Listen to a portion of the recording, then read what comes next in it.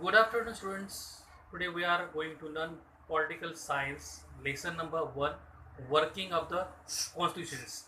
The textbook of political science till now have helped us to take an overview of local government, the values and philosophy of the Indian constitution, as also the governing structure created by the constitution and India's place in international relations.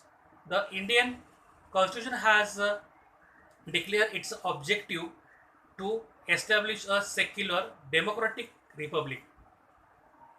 Also, it has made extremely important provisions to ensure that the citizens get justice and their freedom is protected. The Indian constitution is seen as means through which a progressive, developed society based on a social justice and equality will be established. Means the our Indian constitution has given our society, means every weaker section should get developed and every society should get a chance develop itself, as well as the equality should be established in our society, means equality should be given every sections. The Indian constitution came into force on 26 January 1950, and since then the government has been working the accordance with the principle of the Indian constitution.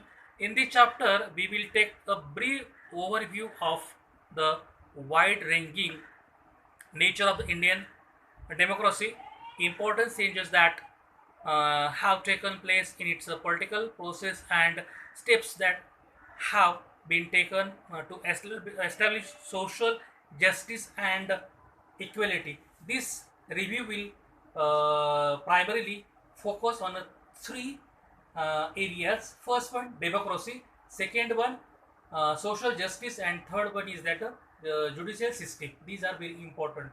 So I am repeating again that three areas are important when we are going to learn our Indian constitution. First one, that is a democracy. Second one, social justice, and third one, the judicial system. Now democracy. In that first point is that political maturity. Democracy does not merely imply a representative structure. The essence of a representative system is to integrate the principle of democracy in the actual practice.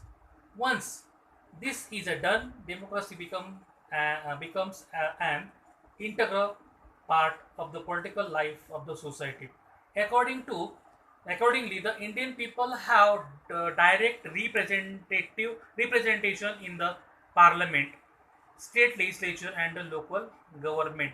I am explaining that how we are giving the direct representation. See, for the parliament, for a parliament, we are giving votes for the MPs, mean member of parliament. That is called a member of parliament. So we are giving votes for them. For the state level, that is the state legislature. For that, we are giving the votes for the MLAs. Means then the local government working bodies, that is are called Gram Panchayat, then the Panchayat Samiti, Jila Parishad, Nagar Parishad, Municipal Corporation. These are the called the local governing bodies. So in that local government bodies, we are electing our representative, means we are giving the votes for them. For the Gram Panchayat, the members are elected, then the sarpanch is chosen by them, as well as for the state level, we are giving the votes to our MLAs, and they when they gave the they elected their chief minister, and when we give the votes to our MPs, through the MPs the leader is choose, and that is called the prime minister. So according to that, the representative system is available, or in a democratic system, whatever we have chosen. Holding free and fair elections are at a regular interval is an the important indicator of the India's successful democracy. The increasing participation of the people, uh, the political process and political competitions shows that Indian democracy has become successful to great extent. Means in India, you must be seen that various political parties they are registered, and through that various political parties, many leaders you must be seen that the many leaders they lead their party, as well as the young generation also giving the active part, and that's why in India you must be seen that the political parties having the competition. Means our Indian the democracy has taken its root and it's become a strengthen, means it's become a powerful. The right to vote. The Indian Constitution had made the provision of the right to vote for the adults. In the pre-independence period, the rights were given only the landlords and the kingly states. Means at that time, common people were not allowed to take the part, or they were not allowed to the give the votes. Only the rights were given to the landlords and the kingly states. After the independence, when we got independence and when we adopted our Indian Constitution, after that several provisions were done, and that rights of votes given to the our adults. The that is the age of the our vote voters was the 21, and that right of the vote given to the equally men and women.